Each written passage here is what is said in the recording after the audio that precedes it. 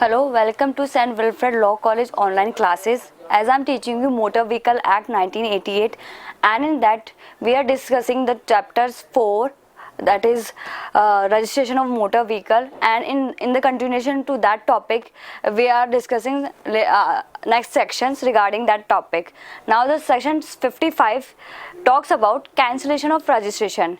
इन some cases जो registration authority होती है वो कई बार जो व्हीकल्स का रजिस्ट्रेशन है उनको कैंसिल कर देती है और उसके पीछे कुछ ग्राउंड्स होते हैं, उसके बाद ही उसको कंसीडर करके ही वो उसको कैंसिल करती है.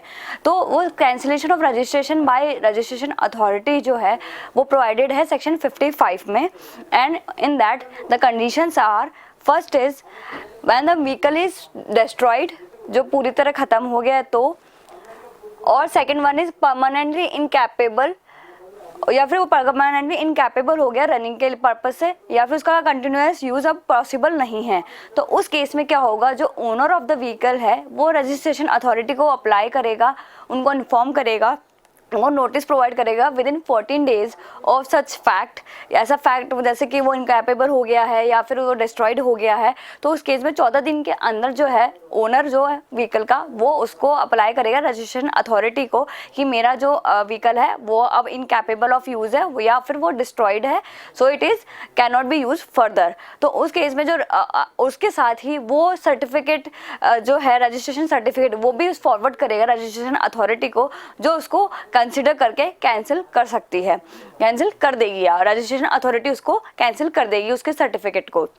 सो अब इसमें ये सेक्शन है कि अब कई बार क्या होता है कि जो रजिस्ट्रेशन अथॉरिटी है वो इसको इशू करने से पहले, कैंसिल करने से पहले रजिस्ट्रेशन सर्टिफिकेट को वो उसका एग्जामिनेशन कराती है व्हीकल का. अब एग्जामिनेशन कराएगी तो उस अथॉरिटी द्वारा कराई जाएगी जो स्टेट गवर्नमेंट अपॉइंट करती है for examination purposes. Means before cancelling the registration certificate the registration authority shell make the other authority prescribe by state government to examine the vehicle whether it is it incapable of use or it is in such a position that it cannot be used further on the public road. तो उस case में क्या होगा, तो जो authority है वो examination करेगी, उसके बाद वो अपना जो भी उसका एग्जामिनेशन करने के बाद जो इन्फॉर्मेशन रजिस्ट्रेशन अथॉरिटी को सेंड करेगी, रजिस्ट्रेशन अथॉरिटी उसकी इन्फॉर्मेशन को कंसिडर करके रजिस्ट्रेशन कैंसिल कर देगा उस केस में भी. और जो ये रजिस्ट्रेशन जब ओनर करवाएगा, अब जो कैंसिलेशन के लिए जो नोटिस भेजेगा ओनर उस व्हीकल का, तो वो उस एरिया में इस एरिया में जो अथॉरिटी है मतलब उस पर अप्लाई करेगा जहाँ वो रहता है, जहाँ उसका बिजनेस है, या फिर जहाँ नॉर्मली उसका जो व्हीकल है वो यूज़ होता है. उस रजिस्ट्रेशन अथॉरिटी को वो ऐसी इन्फॉर्मेशन सेंड करेगा विद इन 14 डेज. अब जब वो इन्फॉर्मेशन सेंड करेगा, अगर वो ओरिजिनल अथॉरिटी है जो जिसने रजिस्ट्रेशन करा था, जिसके पास रजिस्ट्रेशन रिकॉर्ड है उस व्हीकल के, तो एट द टाइम उसको कैंसिल कर देगा.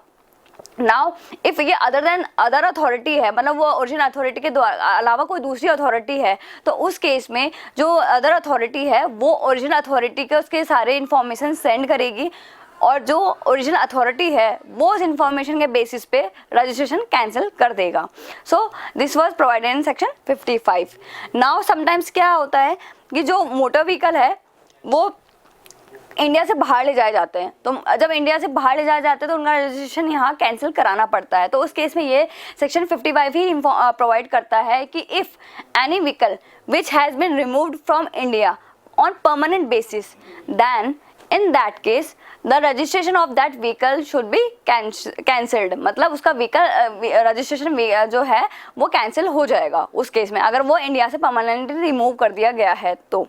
और सेकंड में उसके अलावा एक कंडीशन ये भी दी गई है कि जो ओनर ऑफ द व्हीकल्स है वो फॉल्स रिप्रेजेंटेशन करता है या फिर फॉल्स डॉक्यूमेंट्स अटैच करता है for the registration of vehicles, और लेटर उस रजिस्ट्रेशन अथॉरिटी को ये पता चल जाता है या इन्फॉर्मेशन पहुंच जाती है कि ये जो इन्फॉर्मेशन जो प्रोवाइड करी गई है ओनर द्वारा ये फॉल्स है, या इसने फॉल्स डॉक्यूमेंट अटैच करे हैं या प्रोवाइड करे हैं उस केस में, तो उस कंडीशन में भी रजिस्ट्रेशन अथॉरिटी उसके रजिस्ट्रेशन को कैंसिल कर सकता है या कर देगा. So this was all about section 55, cancellation of registration of motor vehicles in certain cases. किस केसेस में जो मोटर व्हीकल्स का रजिस्ट्रेशन है वो कैंसिल हो सकता है. Now let's move on to section 56. Certificate of fitness. Now क्या होता है, जो हमारे ट्रांसपोर्ट व्हीकल्स होते हैं उनको जब उनका जब रजिस्ट्रेशन हो जाता है, उसके बाद उनको जब परमिट मिल जाता है, valid permit to use as a transport vehicle, उसके बाद उनको सर्टिफिकेट ऑफ फिटनेस भी इशू किया जाता है अथॉरिटी द्वारा। ना जो वो सर्टिफिकेट ऑफ फिटनेस इशू किया जाता है, उसके बाद ही वो पर्सन एलिजिबल होता है उस व्हीकल को ड्राइव करने के लिए ऑन द पब्लिक रोड। एक मैंडेटरी प्रोविजन है जो सेक्शन 56 प्रोवाइड करता है, जिसमें ये बताया गया है कोई भी ट्रांसपोर्ट व्हीकल जो एलिजिबल है रनिंग के लिए या फिर जो उसको रन किया जा सकता है रोड पर, वो परफेक्टली पोजीशन में है, उसके लिए सर्टिफिकेट ऑफ फिटनेस भी रिक्वायर्ड है। उसके बाद ही वो व्हीकल रन किया जा सकता है on the road.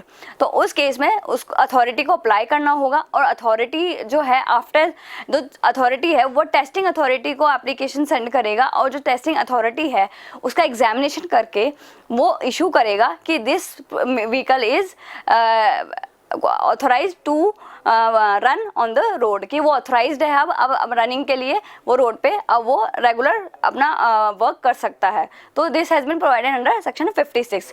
Now the testing authority है, जो ऑथराइज्ड टेस्टिंग अथॉरिटी है, जो सर्टिफिकेट ऑफ फिटनेस इशू करेगा या बताएगा देगा रजिस्ट्रेशन अथॉरिटी को, तो वो कौन होगी, वो अथॉरिटी या टेस्टिंग अथॉरिटी कौन होगा?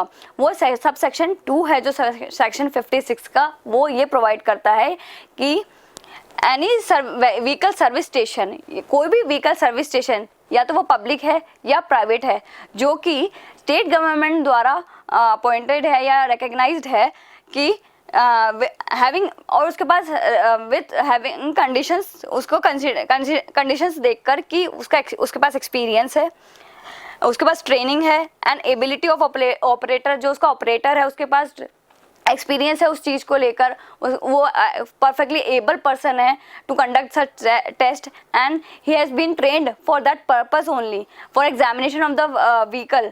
तो वो एंड इसके पास प्रॉपर टेस्टिंग इक्विपमेंट्स भी हैं, and testing personnel there in, और जो उसके जो वर्कर्स है वो भी जो पर्सनल अपॉइंटेड है वो एक्सपीरियंस पर्सन्स है, मतलब उनको ट्रेंड पर्सन्स अपॉइंट किए गए हैं उस टेस्ट को कंडक्ट करने के लिए। तो उस केस में उसको and therein and may specify according to rules made by central government, और जो सेंट्रल गवर्नमेंट द्वारा रूल्स बनाए गए हैं कि कौन सी अथॉराइज टेस्टिंग स्टेशन होंगे, उसके रिगार्ड पे स्टेट गवर्नमेंट अपॉइंट या रिकग्नाइज कर सकता है किसी भी स्टेशन को, और उस स्टेशन को तो वो जो सर्विस स्टेशन होगा वही टेस्ट कंडक्ट करेगा for issuing certificate of fitness, वही सर्टिफिकेट ऑफ फिटनेस भी इशू करेगा।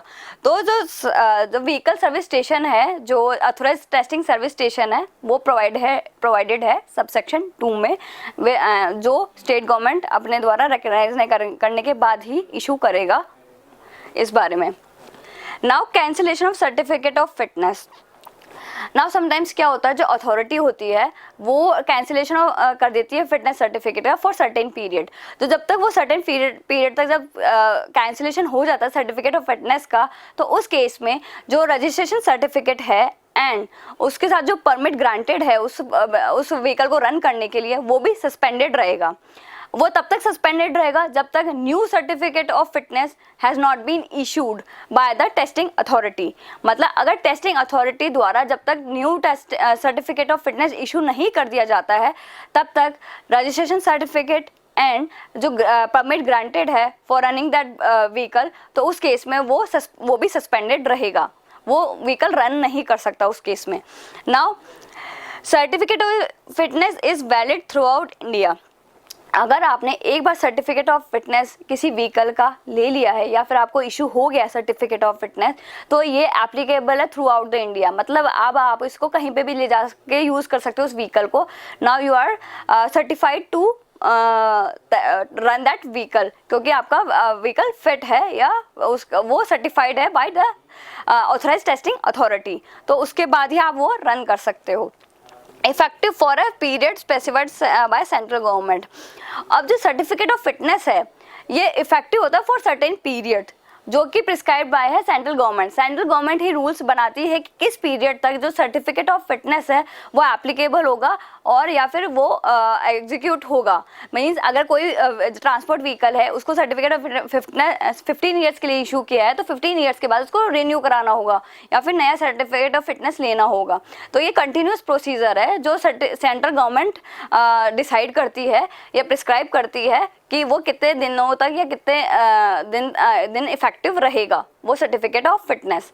So this was whole about section 56। ये सेक्शन 56 प्रोवाइड करता है certificate of fitness with regard to transport vehicles only. Transport vehicle के केसेस में certificate of fitness required होता है।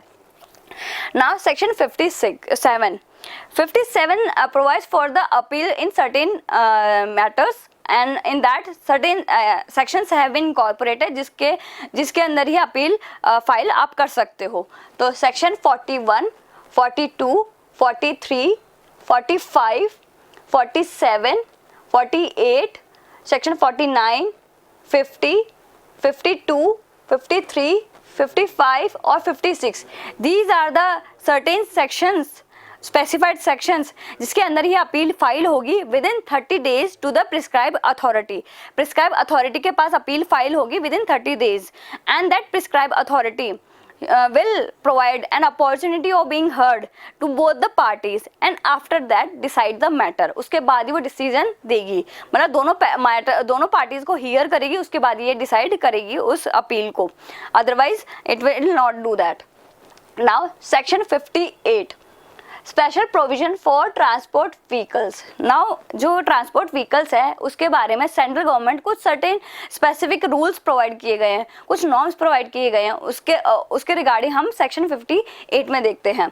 Now central government prescribes maximum gross vehicle weight, maximum safe axle weight for transport vehicles. मतलब जो central government है वो nature, size and उसके character को रिगार्ड करके ट्रांसपोर्ट व्हीकल के उसका मैक्सिमम वेट जो होता है व्हीकल का ग्रॉस वेट वो डिसाइड करेगी एंड उसका जो maximum safe axle weight for such vehicle, axle weight है उस व्हीकल का वो भी वो central government by notification official gazette issue करेगी कि ये एक व्हीकल का वेट होना चाहिए। लाइक कोई ट्रांसपोर्ट व्हीकल है ट्रक ना, उसका एक ग्रॉस ओवरऑल उसका जो ग्रॉस वेट होगा वो प्रिस्क्राइब करेगी, इससे ज़्यादा नहीं होना चाहिए।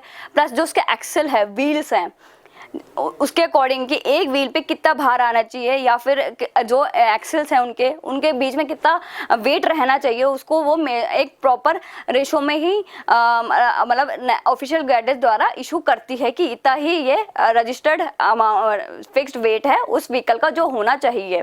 ये सेंट्रल गवर्नमेंट एक ऑफिशियल नोटिफिकेशन गैजेट के थ्रू ही लेकर आती है। अब जो ये सेंट्रल गवर्नमेंट जब इशू करती है तो वो नेचर देखती है व्हीकल का कि व्हीकल बड़ा है, छोटा है, कितने उसका है, उसमें कितने अलॉयज लगे हुए हैं, टायर्स कितने लगे हुए हैं। लाइक कई आपने ट्रक देखे होंगे उसमें पीछे 2 टायर, आगे 2 टायर, ऐसे 4-4 टायर्स के ट्रक भी होते हैं, एक साइड 2, पीछे भी एक साइड 2, ऐसे कई कुछ चीज़ें हैं जिसको ट्रांसपोर्ट व्हीकल्स को जिसको कंसीडर करके ही सेंट्रल गवर्नमेंट उनके वेट्स, मेजर्स और अदर कैरेक्टर्स को डिफाइन करके ही उनका एक प्रॉपर फिक्स अमाउंट में जो उनका है वो वेट, वो एक रजिस्टर्ड वेट होता है जिसके मैक्स अबव वो नहीं हो सकता, वो व्हीकल वो फिक्स करती है, वो सेंट्रल गवर्नमेंट ही फिक्स करती है। तो उस केस में now registered authority mention in RC, जो रजिस्टरिंग अथॉरिटी होगी वो जब उसका रजिस्ट्रेशन करेगी उस व्हीकल का तो वो कई चीज़ें को इंक्लूड करेगी उस रजिस्ट्रेशन सर्टिफिकेट में। Now what will it will include unladen weight of vehicle. जो व्हीकल है जैसे कोई ट्रक है उसको अगर उसका रजिस्ट्रेशन हो रहा है तो अनलेडन मतलब वो भरा हुआ नहीं है, जो खाली ट्रक जो है उसका वेट लिखेगी कि ये इतने वेट का है, इतने केजीज का है। उसके अलावा नंबर, नेच एंड साइज ऑफ टायर्स, किस तरह के उसके साइज हैं, कितने नंबर ऑफ टायर्स उसमें यूज़ हो रहे हैं, अगर वो 6 है किसी में 8 है तो इस बेसिस पे वो डिसाइड करेगा कि ये वो किस रजिस्ट्रेशन सर्टिफिकेट में वो मेंशन करेगा, रजिस्ट्रेशन अथॉरिटी उसको मेंशन करेगी।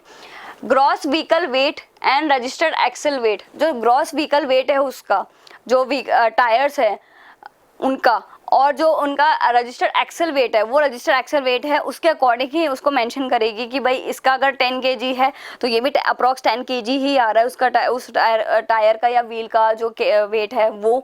उसके अलावा if vehicle use for passenger purposes, अगर कोई व्हीकल जो पैसेंजर्स एंड गुड्स को कैरी करने के पर्पज से लिया जा रहा है तो कितने number of passengers he accommodate कर सकता है। लाइक अगर वो 6 सीटर है या 10 सीटर है या 18 सीटर है, 50 सीटर है या 70 सीटर है, तो ये इस बेसिस पे वो सारी चीज़ उसमें मेंशन करी जाएगी आरसी के थ्रू। एंड जो ओनर है उस व्हीकल का वो भी उस चीज़ को डिस्प्ले करेगा, उस इंफॉर्मेशन को डिस्प्ले करेगा अपने व्हीकल पे। कई बार आपने देखा होता है ट्रक के साइड में पूरा वेट लिखा होता है या फिर किसी बस में इंफॉर्मेशन दी गई है this bus can be accommodated up to 100 passengers और 80 पैसेंजर्स। तो ये सब इंफॉर्मेशन प्रोवाइडेड करी जाती है आरसी में भी, प्लस ओनर से भी रिक्वायरमेंट होती है कि ये इन्फॉर्मेशन वो अपने जो व्हीकल है वो ये जो यूज़ करेगा वो रन करेगा उस पर भी वो इन्फॉर्मेशन डिस्प्ले करेगा। नाउ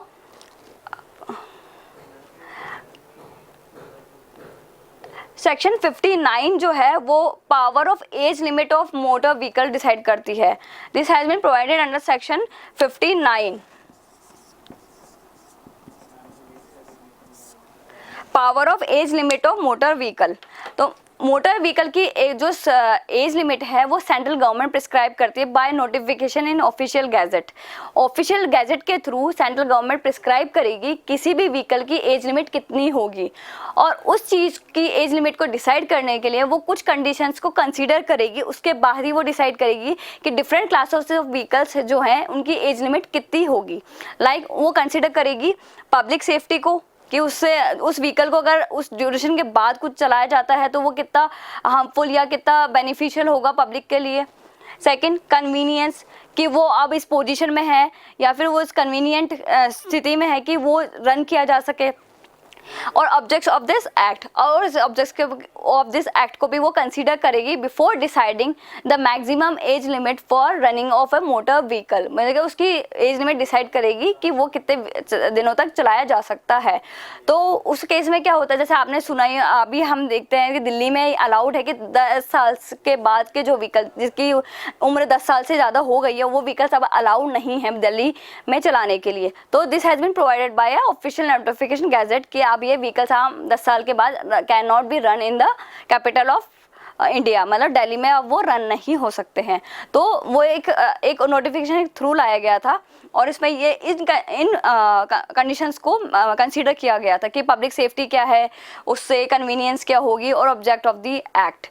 और जब सेंट्रल गवर्नमेंट ये डिसाइड करेगा तो वो date of the manufacture of the vehicle उसको कंसीडर करके ही करेगा। मतलब अगर डेट किसी की है 2012, अब वो कितने फर्दर पीरियड तक वो रन करेगा तो वो भी सेंट्रल गवर्नमेंट उसको ही उस पॉइंट को आधार या बेसिस रखकर ही डिसाइड करेगी कि कोई भी व्हीकल कितने दिनों तक या कितने सालों तक रन करेगा।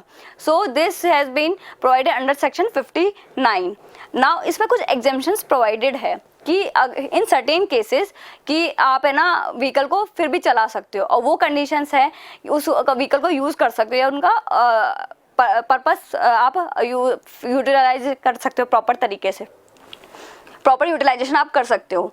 एग्जाम्पशन, मतलब अब एग्जाम्पशन है फर्स्ट है एग्जीबिशन। अगर उस व्हीकल को आपको एग्जीबिशन में शो करना है या फिर किसी पर्पस से उसी पर्पस से आपको उसको यूज़ करना है या फिर आप उसको टेक्निकल रिसर्च पर्पस से यूज़ कर रहे हो, टेक्निकल रिसर्च के लिए आप उस व्हीकल को यूज़ कर रहे हो उस केस में। And third is vintage car rally. In conditions में ये कंडीशंस एग्जॉस्टिव नहीं है, इसके अलावा और भी कंडीशंस हो सकती है जो सेंट्रल गवर्नमेंट प्रिस्क्राइब करेगा उसके बाद ही वो रन कर सकते हैं। But these are the some provided under section 59 जो हम यहाँ पर पढ़ रहे हैं इस बारे में। So section 59 provided the age limit for running of vehicle on the roads. Now section 60 registration of motor vehicle belonging to central government. Now जो कुछ व्हीकल्स होते हैं जो सेंट्रल गवर्नमेंट अपने पर्पस से यूज़ करती है, जो सेंट्रल गवर्नमेंट के पर्पस से ही यूज़ किए जाते हैं, तो उस केसेस में जो सेंट्रल गवर्नमेंट है वो एक अथॉरिटी अपॉइंट करेगी ताकि वही उनका रजिस्ट्रेशन कर सके, उन व्हीकल्स का रजिस्ट्रेशन कर सके। लाइक हम डिफेंस पर्पस के लिए कोई व्हीकल यूज़ होता है या फिर सेंट्रल गवर्नमेंट के अदर फंक्शंस के लिए कोई व्हीकल यूज़ होता है या फिर कोई भी unconnected with this commercial purposes से जो व्हीकल है जो यूज़ कर रही है सेंट्रल गवर्नमेंट, उस केस में central government may appoint any other authority to register the motor vehicles which has been used by central government. जो सेंट्रल गवर्नमेंट यूज़ कर रही है उनके रजिस्ट्रेशन का वो जिम्मा उस अथॉरिटी को दे सकती है। और वो अथॉरिटी है वो उस व्हीकल का रजिस्ट्रेशन करेगी, उसका रजिस्ट्रेशन सर्टिफिकेट इशू करेगी, उसको जो मार्क है वो प्रोवाइड करेगी। वो सारा प्रोसेस जैसे एक नॉर्मल रजिस्ट्रेशन अथॉरिटी करती है वही सेम प्रोसीजर वो सेंट्रल गवर्नमेंट अथॉरिटी जो अपॉइंट करेगी वो भी वही चीज़ फॉलो करेगी, वो भी वो चीज़ मेंशन करेगी। उसके बाद वो इशू करेगी registration certificate of that vehicle. Now अब जो वो इशू कर दिया गया सेंट्रल गवर्नमेंट के यूज़ के लिए उस व्हीकल को, तो समटाइम्स क्या होती है वो प्रॉपर्टी सीज कर जाती है कि अब सेंट्रल गवर्नमेंट उसको फर्दर यूज़ नहीं कर रही है उस व्हीकल को, या उस अब वो सेंट्रल गवर्नमेंट की सर्विसेज में अब वो जो व्हीकल है वो अब इंक्लूडेड नहीं है। तो उस केस में जब उसका रजिस्ट्रेशन है वो वाला कैंसिल हो जाएगा। अब जो सिंपल नॉर्मल जो सेक्शंस 39 और 40 जो एप्लीकेबल होते थे वही सेम प्रोविजंस यहाँ पे भी एप्लीकेबल हो जाएंगे, इस केस में भी एप्लीकेबल हो जाएंगे। तो this was about registration of motor vehicle belonging to central government. Now application of chapter 2 trailers, section 61 provide करता है इस प्रोविजन के बारे में कि जो ये चैप्टर है रजिस्ट्रेशन ऑफ मोटर व्हीकल्स ये सेम ही एप्लीकेबल है रजिस्ट्रेशन ऑफ ट्रेलर्स। ट्रेलर्स के लिए भी ये एप्लीकेबल होता है। आपने देखा होगा कई ट्रक होते हैं जिनके पीछे बड़े बड़े रेले से लगे हुए होते हो, वो बड़े ट्रक्स होते हैं, उस केस में वो ट्रेलर्स होते हैं। तो उस केस में वो जो उनका रजिस्ट्रेशन है वो भी इस चैप्टर के अकॉर्डिंग ही होगा। एंड उसमें ये है जो ओनर है उसको चलाने वाला वो इस चीज़ को मेंशन करेगा कि ये कितनी लिमिट है इसकी, अब और कितना इसमें वेट है इसका, वो सारी चीज़ मेंशन करेगा उस ट्रेलर को चलाने से पहले, या फिर उसकी सारी इन्फॉर्मेशन प्रोवाइड करेगा उस ट्रेलर पे before using it the trailer. मतलब उसमें सारी इन्फॉर्मेशन सेम जैसे ट्रक के केस में हमने बताया कि सारी साइड में लिखी जाएगी इन्फॉर्मेशन, कितने टायर्स है, कितना उसका नेचर ऑफ कैरेक्टर है, उसका साइज कितना है, अलॉय व्हील्स कितनी है, वो सारी information same to same applicable है in the case of trailers as well. Now section 62 information regarding stolen and recovered motor vehicle to be furnished by police to state transport authority. तो इसमें बताया है जो स्टेट गवर्नमेंट है वो require कर सकती है किसी भी पुलिस ऑफिशियल द्वारा या इंस्पेक्टर जनरल ऑफ पुलिस से कि जो भी व्हीकल से जो इन्फॉर्मेशन है वो स्टेट ट्रांसपोर्ट अथॉरिटी को प्रोवाइड करे where such vehicles are stolen और the stolen vehicles has been recovered. Means जो ये भी सारी इन्फॉर्मेशन है वो इंस्पेक्टर जनरल ऑफ पुलिस या कोई भी अदर ऑफिशियल से रिक्वायर्ड है कि वो स्टेट गवर्नमेंट रिक्वायर कर सकती है, नेसेसिटी के थ्रू मंगवा सकती है या प्रोवाइड करवा सकती है स्टेट ट्रांसपोर्ट अथॉरिटी को। इस बारे में जो पावर दी गई है वो स्टेट गवर्नमेंट को दी गई है कि जो भी इंफॉर्मेशन है व्हीकल से रिलेटेड, जो भी कोई या तो स्टोलन हो गए हों या स्टोलन थे वो रिकवर हो गए हैं, वो सारी इन्फॉर्मेशन जिससे पुलिस अवेयर है, जो पुलिस के पास रजिस्टर्ड है वो कंप्लेंट्स, वो सारी इन्फॉर्मेशन वो स्टेट ट्रांसपोर्ट अथॉरिटी को प्रोवाइड करे। This has been provided under section 62। Now section 63 maintenance of state registers of motor vehicle. मतलब जो रजिस्टर्स एक स्टेट गवर्नमेंट एक रजिस्टर मेंटेन करती है वो उसमें मेंशन होते हैं सारी व्हीकल्स की इन्फॉर्मेशन। तो जो ये रजिस्टर मेंटेन करेगी स्टेट गवर्नमेंट ये according to the rules and regulation which has been framed by central government, उसके अकॉर्डिंग ही वो उस रजिस्टर को मेंटेन करेगी। अब जो स्टेट गवर्नमेंट जो रजिस्टर को मेंटेन करेगी उसमें सर्टेन इन्फॉर्मेशन है जो वो इंक्लूड करेगी to for containing the information of all vehicles की इन्फॉर्मेशन कंटेन करने के लिए कुछ चीज़ें हैं जो वो उस रजिस्ट्रेशन में मेंशन करेगी। First is the number of registration number of that vehicle का registration number like RJ14 this is the registration number of that vehicle. ना ईयर्स ऑफ मैन्युफैक्चर कि लाइक वो 2020 में लिया मैन्युफैक्चर हुआ है, 2019 में मैन्युफैक्चर हो वो भी उसमें मेंशन होता है, आरसी में भी मेंशन होता है। प्लस ये रजिस्टर जो मेंटेन करेगा स्टेट गवर्नमेंट उसमें भी मेंशन जो ट्रांसपोर्ट अथॉरिटी है वो मेंशन करेगी। नाउ क्लासेस एंड टाइप्स, किस क्लास और टाइप की है कि वो 4 सीटर है, 2 सीटर व्हीकल है या फिर 6 सीटर व्हीकल है, वो भी उसमें मेंशन होगा उस रजिस्टर में। Now name and address of registered owners, जो रजिस्टर्ड ओनर्स है उस व्हीकल का उनका भी नेम एंड एड्रेस मेंशन किया जाएगा उस चीज़ में। Others particulars as prescribe by central government, और जो अदर पर्टिकुलर्स रिक्वायर्ड है सेंट्रल गवर्नमेंट के द्वारा वो भी उस चीज़ में मेंशन करेगी। और ये रजिस्टर जो है स्टेट ट्रांसपोर्ट अथॉरिटी है वो मेंटेन करेगी, और वो according to the rules which has been framed by central government वही उसके तहत ही वो रखा जाएगा, वो रजिस्टर मेंटेन किया जाएगा। So this topic of registration of motor vehicles has been completed here. Now पूरा टॉपिक कंप्लीट हो चुका है यहाँ पर, और ये आज हमने जो लास्ट टॉपिक जो डिस्कस किया था उसमें ये इंक्लूड किए हैं सारे sections. And the first is cancellation of registration, and the section 56 is certificate of fitness. किस केस में सर्टिफिकेट ऑफ फिटनेस इशू किया जाएगा, कब तक उसकी वैलिडिटी होगी, कहाँ तक उसकी वैलिडिटी होगी, ये सब बताया गया है इसमें सेक्शन 56 में। 57 talk about appeals. 58 special provision for transport of motor transport vehicles के केसेस में क्या प्रोविजन प्रोवाइडेड हैं वो बताया गया है। 59 में है power of age limit of motor vehicle, मतलब एज लिमिट जो है मोटर व्हीकल की उसकी पावर कब तक होगी, वो कब तक वैलिड होगा, 59 में बताया गया है। 60 में बताया गया registration of motor vehicle belonging to central government. Central government के केसेस में कौन मोटर व्हीकल का रजिस्ट्रेशन करेगा, उसकी वैलिडिटी कब तक है, और उसका रजिस्ट्रेशन नॉर्मल केसेस में सेम वैसे ही प्रोसीजर से होगा जैसे अदर व्हीकल्स के केसेस में होता है, but the registration authority is different that has been appointed by central government solely. Central government ही वो सोलली डिसाइड करेगी किस अथॉरिटी द्वारा सेंट्रल गवर्नमेंट के व्हीकल्स रजिस्टर होंगे। Now section 61 application of chapter to trailers.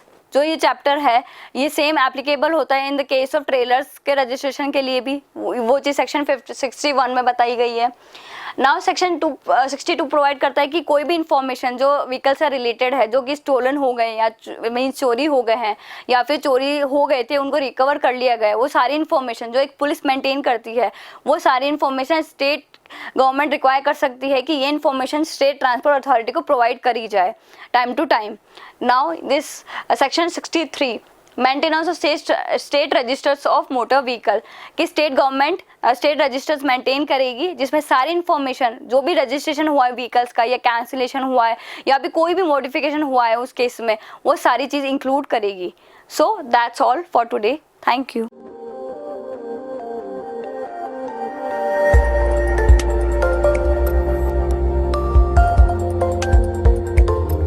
At St. Wilfrid College of Law, Sector 10, Meera Marg, Madhyam Marg, Jaipur, Rajasthan.